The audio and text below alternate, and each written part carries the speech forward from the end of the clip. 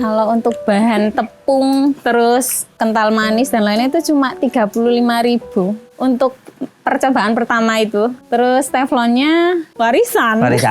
Januari 2025 itu omset kami masih di angka 30 juta per bulan. Kemudian di Januari 2026 sudah mencapai 70 sekian, hampir 80 juta per bulan. Istilahnya hancur lah. Dengan tagihan itu di angka hampir 300 juta.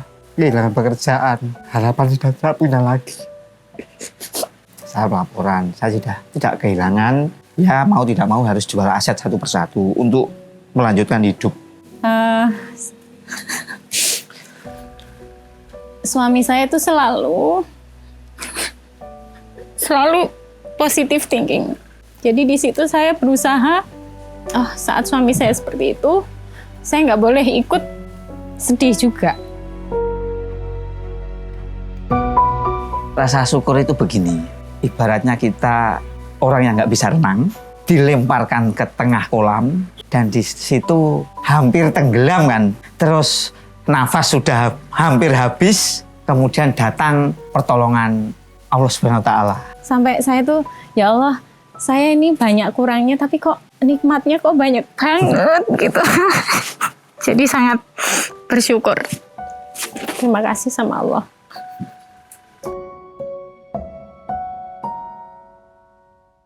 Assalamualaikum warahmatullahi wabarakatuh. Nama saya Hubil Ma'al, panggilan Hubil, asli Blitar, lebih tepatnya Jalan Sungai Hulu Timur nomor 3. Di samping saya, istri saya tercinta. Nama saya Fitri Maulana, biasa dipanggil Fitri.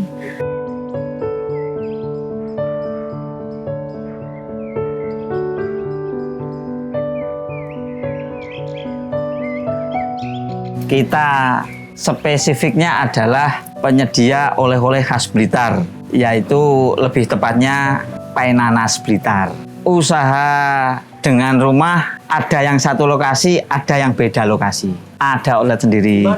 Jadi outlet pertama di Jalan Sungai Hulu Timur nomor 3. Untuk outlet yang kedua ini di Jalan Mahakam nomor 132. Sama-sama Kota Blitar. Untuk di Jalan Sungai Hulu Timur sejak kapan? Sejak 2020. Dari 2020. Kalau membicarakan ide awal, kayaknya ke sejarah malah. Ya, sejarahnya ini mencekam ini sejarahnya. Sebelumnya memang suami saya itu ada di bidang pariwisata. Marketing pariwisata dulu. Pariwisata. Marketing destinasi kalau di Jawa Timur bisa dibilang tergolong terbesar di Jawa Timur, destinasi pariwisata. Mengabdi di sana sebagai marketing khususnya di sekolah-sekolah, edukasi wisata di Jatim Park yang segmennya adalah sekolah-sekolah sampai 2014. Selanjutnya 2014 sampai 2017 mendirikan Tour and Travel dengan partner. Kemudian di 2017 mendirikan pusat oleh-oleh khas Blitar yang bekerja sama dengan Tour and Travel. Akan tetapi 2020 awal itu ada pandemi.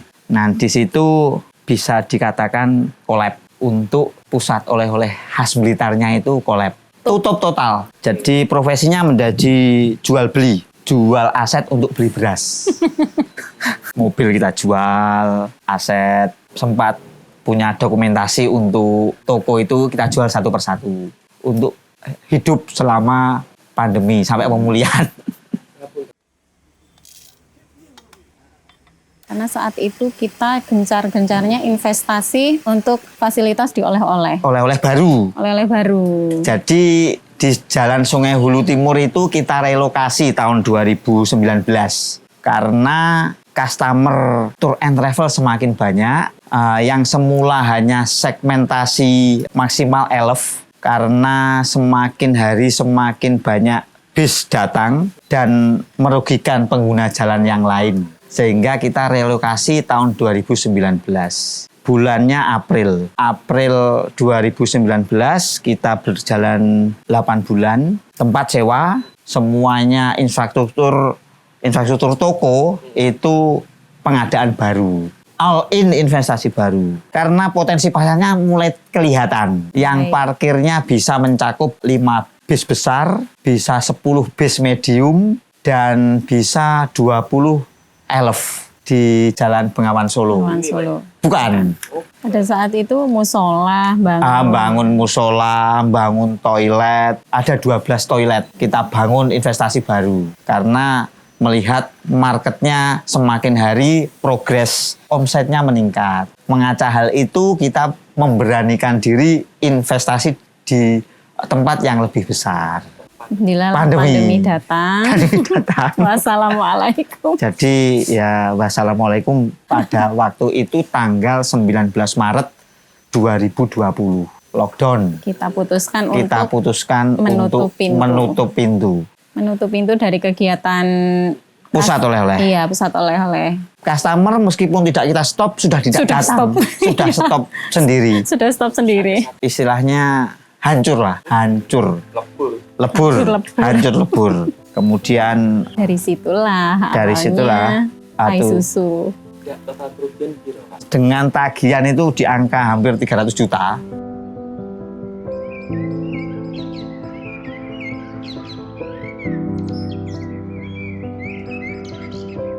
Anak masih kecil-kecil, apa itu? Kayak berbebes.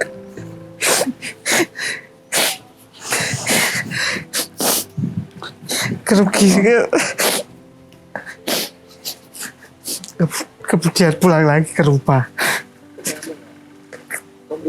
di Jalan Sungai Ulu Timur, kehilangan pekerjaan, harapan sudah tak punya lagi, sehingga saya curhat sama istri. Insya Allah itu mungkin mulai dari nol lagi lah.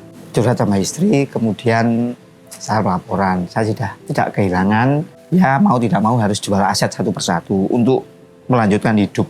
Nah, di situ pasrah lah. Kalau saya sudah nggak punya pekerjaan dan mulai minus, bukan nol lagi, mulai minus. Nah itu kalau diingat-ingat menjadi kayak mimpi buruk.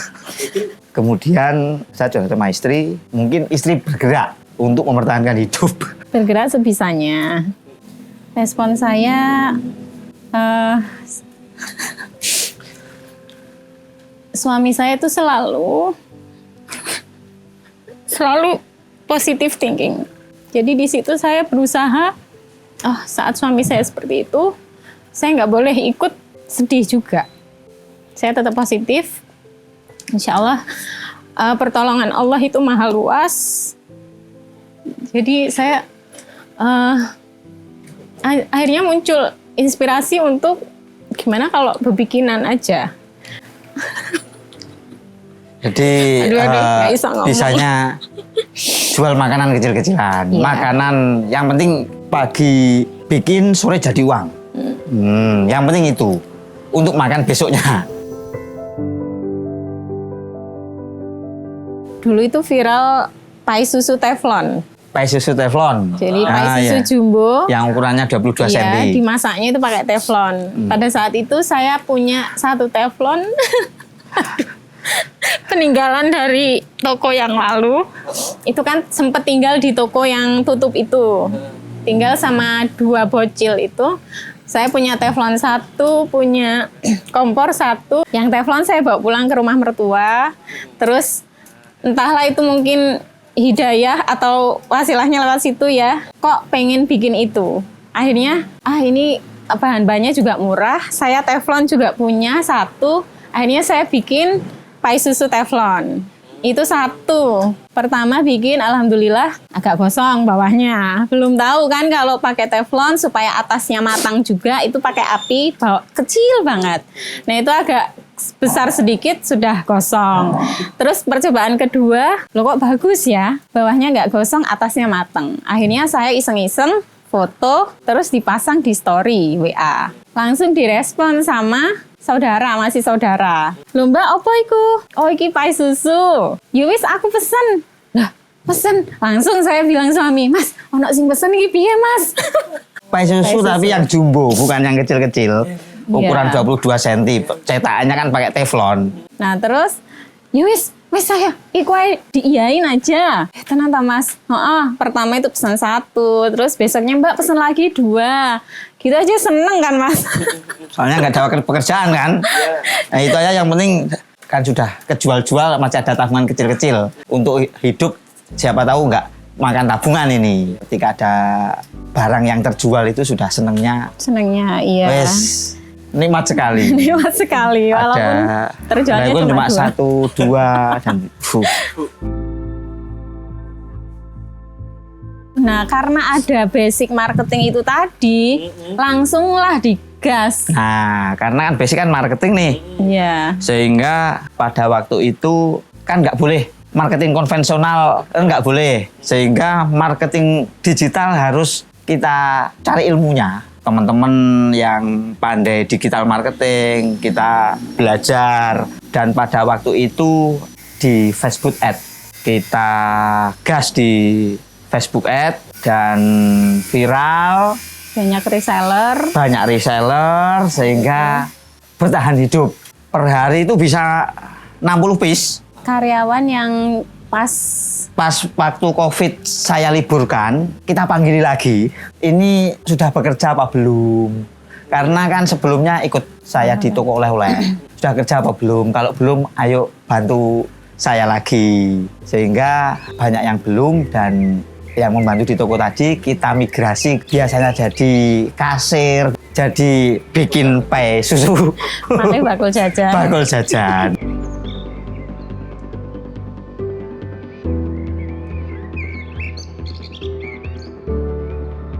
Kalau untuk bahan tepung, terus kental manis dan lainnya itu cuma 35.000 untuk percobaan pertama itu. Terus teflonnya warisan.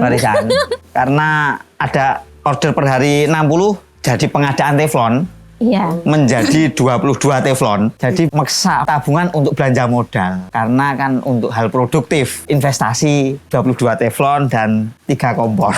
Kompornya yang kompor dapur itu. Masih polos Berapa banget, nggak ada basic F&B, nggak ada basic apapun. Pokoknya bondo nekat, jadi ya masih polos. Nggak teflon berarti nggak kompor, ya wis. Padahal bisa pakai oven kan. Terus setelah itu, loh gawe oven lah iso sih, kan bisa pakai oven. Akhirnya nyoba oven, mertua bilang, itu oven saya dipakai aja. Akhirnya pakai oven mertua, satu-satunya oven tangkring yang mertua punya, sudah lama ndak dipakai, wes karaten, pintunya dibuka itu kriet. Gitu. Alhamdulillah karena reseller itu lumayan, jadi omsetnya meningkat.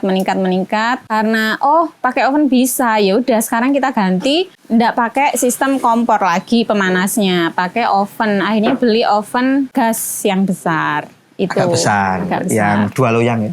2 loyang. Setelah diseriusin, jadi belum disimpulkan pai nanas. Masih pai susu. Masih pai susu. Karena basic toko oleh-oleh ya, jadi mindsetnya kan oleh-oleh. Terus Blitar, kemudian ilmu yang dimiliki. Ada 3 variabel, oleh-oleh, Blitar, ilmu yang dimiliki. Saya curhat berikutnya. Coba kita cari makanan yang berkarakter temanya. Karakter yang clue-nya adalah Blitar, kemudian oleh-oleh, terus ilmu yang dimiliki. Karena kalau di Lamongan itu kan ke pasar saya taunya Wingko, ke daerah Babat Wingko. Setiap bis kalau berhenti kan di oleh-olehnya Wingko. Nah kalau ke Blitar kok saya menemukan sesuatu yang beda. Di mana-mana nanas. Orang bawa oleh-oleh nanas. Kok buah nanas terus ya? Buah nanas terus. Kemudian ketika toko sebelum tutup, sebelum COVID, yang ditanya nggak ada nanas loh di sini. Nah, iya, nanas terus. Rombongan-rombongan itu yang dicari nanas. Akhirnya menggabungkan 3 variabel itu. Kenapa enggak kita memproduksi pai nanas Blitar gitu kan? Yang berkarakter identiknya Blitar itu nanas. Bisanya itu ya bikin pie. Ya wis jadi Pie. akhirnya pie nanas. Pie ae. nanas. Sekalian kita kerucutkan pie nanas Blitar. Blitar. Karena dibuatnya di Blitar. Blitar. gitu. Dibuatnya di Blitar. Modal saya tuh HP. Pertama kali resep tahu ya dari HP. Kan dulu Instagram sama YouTube itu yang jadi Andalan, pedoman. rekomendasi. Iya. Kalau yang pie nanas ini saya juga lewat HP. Itu saya searching dapatnya resep yang sip menurut lidah saya. Saat itu blognya orang Meksiko. Sebelumnya kan trial error juga, eksperimen juga. Pie nanas iki piye? Coba sampean buat pie nanas sing pokoknya sing berkarakter Blitar. Ya saya puter otak. Iki bukan chef, bukan opo lah kok dikongkon gawe. Nah, gitu latar akhirnya. belakangnya Akhirnya saya coba-coba resep pertama itu kurang pas. Terus resep kedua itu dengan banyak modifikasi juga sudah cocok. Ketemunya resep dari orang Meksiko itu. Wes resepnya bahasa Inggris, Masya Allah. Ya sudah, jadi pertama harus diterjemahkan dulu. Terus ukuran baking sama masak itu kan ada perbedaan ya. Misal 1 cup, terus ininya harus gini-gini. Nah itu juga saya belajar lagi. Tapi ya alhamdulillah Allah beri kelancaran. Terus saya coba resep itu, reseller juga responnya positif. Ya yes, Mbak, iya enak kok ini, langsung aja jual gitu.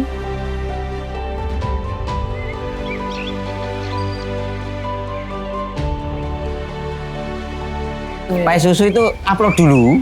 Upload Tetapi reseller mendekat. Pertama tetap jualan posting-posting. posting-posting. Akan tetapi karena mungkin karena dengan Facebook tadi dia juga baca dan banyak kasak kusuk di masyarakat mungkin. Nah itu langsung yang punya basic reseller ada WA. Mbak kalau jadi reseller bagaimana? Loh ternyata ada ya, maksudnya ekosistem reseller. Itu kita openi satu persatu. Oh ini datang lagi satu. Itu datangnya tidak terskematis. Wah nanti reseller sekian, enggak. Jadi sambil jalan mempelajari reseller ini. Oh ini reseller yang ternyata reseller abal-abal, ingin beli murah, tapi ngaku-ngaku reseller itu juga ada. Tidak semua langsung datang reseller yang reseller istiqomah tuh, enggak.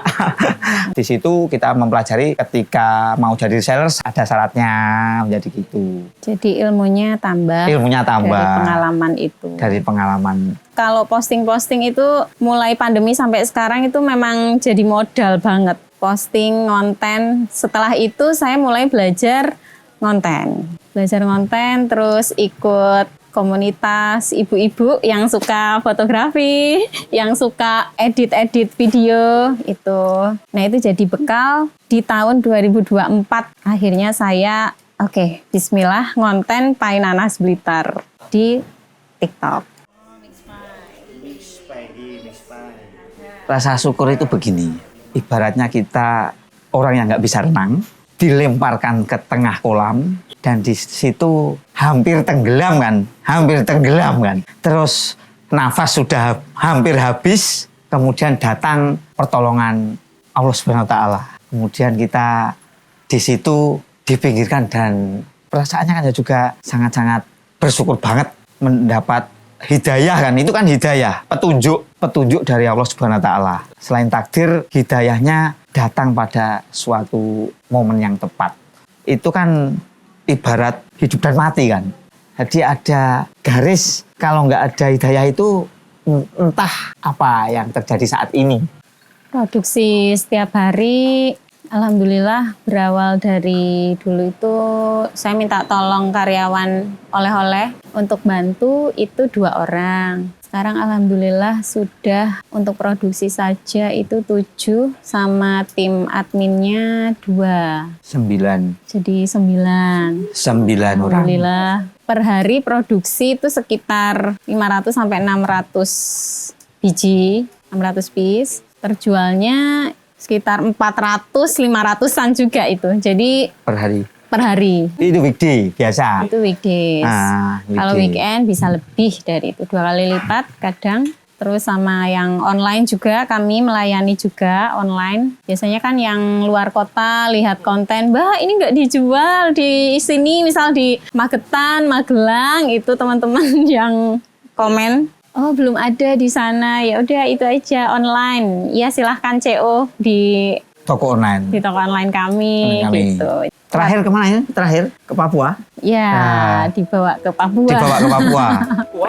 Pernah dibawa ke Papua. itu bawa ambil ke toko, tapi kan perjalanannya dibawa sendiri sampai ke sana. Ke Papua. Pernah juga dibawa ke Hong Kong. Kalau suhu ruang itu 4 hari, karena kami kan isiannya itu potongan buah nanas, jadi bukan selai nanas. Bukan selai nanas? Iya, karena pai nanas yang kebanyakan itu dari selai nanas. Kalau kami pembedanya yaitu dari potongan buah nanas, jadi kotak-kotak gitu. Pas digigit krenyes-krenyes, masih nanas teksturnya. Jadi kandungan airnya kan masih banyak. Ya, sehingga memang ketahanannya itu tidak selama yang pakai selai nastar ya. Kan itu dimasak, diparut, terus dimasak sampai golden brown gitu, sampai tuwek kalau bahasa Jawanya. Nah, itu kan lebih awet. Tapi kalau pai nanas punya kami itu ketahanannya di 4 hari. Kalau di kulkas 7 hari. Amannya 7 hari. Amannya 7 hari. Kita pakai standar paling cepat segera dimakan itu ya 7 hari itulah. Tapi gini, sebelum 4 hari kan sudah habis biasanya. Jadi banyak yang komen-komen di medsos kami itu beli 1 box. Isinya kan 9. Isinya kan 9. Tanya awet berapa hari? Bisa 4 hari. Tapi sebelum sampai rumah sudah habis. Mbak, saya baru masuk mobil aja udah habis ini gitu. Kan? Ya alhamdulillah kalau respon dari pasar, respon dari customer itu cocok dengan rasanya, alhamdulillah. Jadi komennya ada yang seperti itu. Tapi ada juga yang seleranya beda, jadi tidak suka dengan pai yang seperti itu. Kan teksturnya itu tidak kering. Jadi kerasnya, luarnya adonan terigunya itu kering, crunchy, dalamnya itu agak basah karena pakai potongan buah nanas itu tadi. Potongan buah nanas.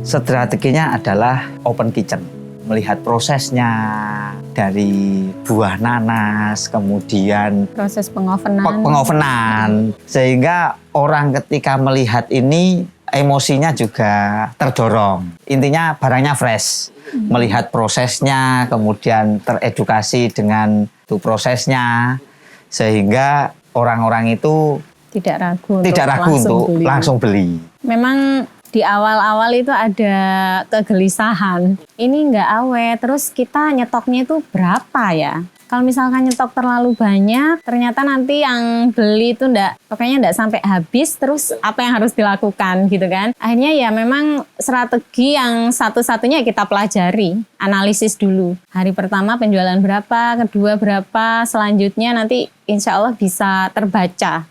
Siklusnya, polanya itu kurang lebih sama. Pas liburan berarti kita siap sekian, pas hari biasa sekian gitu. Kalau misalkan ada lebih gitu, malam ada lebih, itu biasanya ya anak-anak siapa yang mau. Di sini kan banyak anak-anak yang sampai malam kerjanya gitu, ya nggak apa-apa buat cemilan anak-anak kalau yang mau. Yang shift malam. Shift malam. Selain itu, karena pai nanas ini kita berlakukan pre-order. Jadi di konten kami itu kalau takut kehabisan, rata-rata kan habis setiap hari. Rata-rata itu kalau sudah di angka jam 4 ini injury time. Sehingga kampanye pre-order itu juga kita gas. Jadi strategi. Jadi strategi juga. Ada yang pulang mudik, 3 hari lagi mudik. Misalkan mudik hari Jumat, pulangnya Minggu. Mbak, saya pesen buat hari Minggu. Sehingga ada 2 metode. Datang langsung ke outlet dan ada yang PO. Bagian produksi itu sudah ada sendiri, jadi alhamdulillah terbantu sekali. Saya mikirnya bagian ngontennya. scroll cari ide, inspirasi yang lagi FYP itu FYP. apa gitu.